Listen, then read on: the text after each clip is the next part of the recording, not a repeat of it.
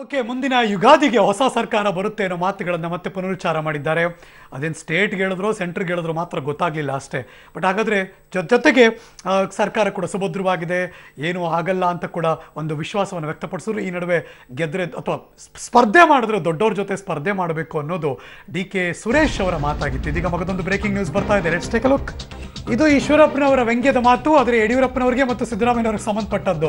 ಅವ್ರು ಕೇಳ್ತಿರುವಂಥ ವ್ಯಂಗ್ಯದ ಮಾತು, ಯಡಿಯೂರಪ್ಪನ ವಯಸ್ಸಿನ ಬಗ್ಗೆ ಸಿದ್ದರಾಮಯ್ಯನವರ ಮಾತು ಸರಿ ಇಲ್ಲ ಅನ್ನುವ ವ್ಯಂಗ್ಯ ಮಾತುಗಳನ್ನ ಆಡ್ತಿದ್ದಾರೆ.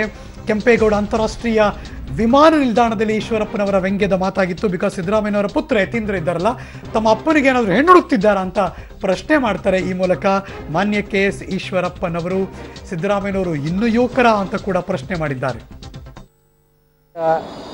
ಎಲ್ಲ ಶಾಸಕರನ್ನು ಕೂಡ ನಾವು ಒಂದು ಕಡೆ ಇಟ್ಕೊಂಡು ಒಟ್ಟಾಗಿದ್ದು ಲೋಕಸಭೆ ಚುನಾವಣೆ ತಯಾರಿನೂ ಆಯಿತು, ಈ ಮಕ್ಕಳ ಕಳ್ಳರಿಂದ ಶಾಸಕರನ್ನ ರಕ್ಷಣೆನೂ ಮಾಡ್ದಂಗೆ ಆಯಿತು.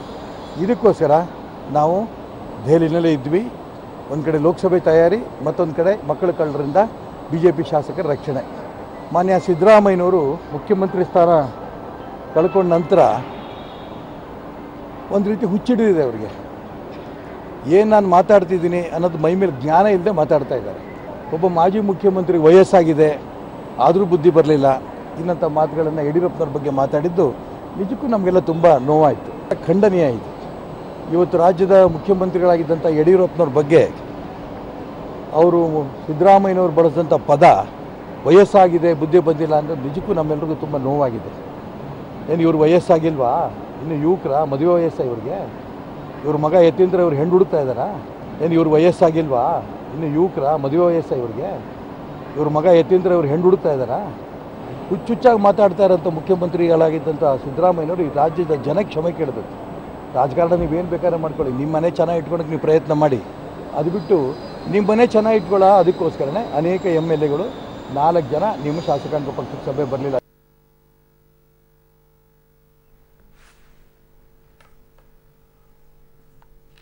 ಇದು ಕೆ.ಎಸ್. ಈಶ್ವರಪ್ಪನವರ ವ್ಯಂಗ್ಯದ ಮಾತಾಗಿತ್ತು. ಇದೀಗ ಮಗದೊಂದು ಬ್ರೇಕಿಂಗ್ ನ್ಯೂಸ್ ಬರ್ತಾ ಇದೆ, ಬನ್ನಿ ನೋಡೋಣ.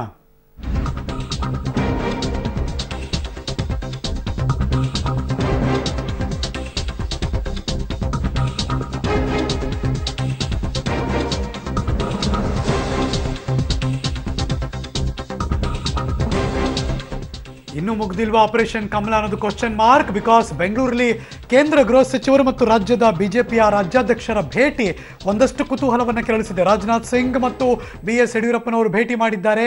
ಆ ಭೇಟಿಯ ಹಿನ್ನೆಲೆ ಏನು, ಯಾಕೆ ಅನ್ನೋದು ಈ ಕ್ಷಣ ಸೆಂಟ್ರಲ್ಗೆ ಏನಾದರೂ ಅಪ್ಡೇಟ್ ಮಾಡ್ತಿದ್ದಾರೆ. ಈ ಮೂಲಕ ಯಡಿಯೂರಪ್ಪನವರು ಇನ್ನೂ ಕೂಡ ಆಪರೇಷನ್ ಕಮಲ ನಿಂತಿಲ್ವಾ, ಮುಗಿದಿಲ್ವಾ, ಇದಕ್ಕೆ ಬೇರೆ ಆಯಾಮ ಇದೆಯಾ, ಎಲ್ಲ ಅಂಶಗಳು ಕೂಡ ಈಗ ಗರಿಗೆದರ್ತಾ ಇದೆ.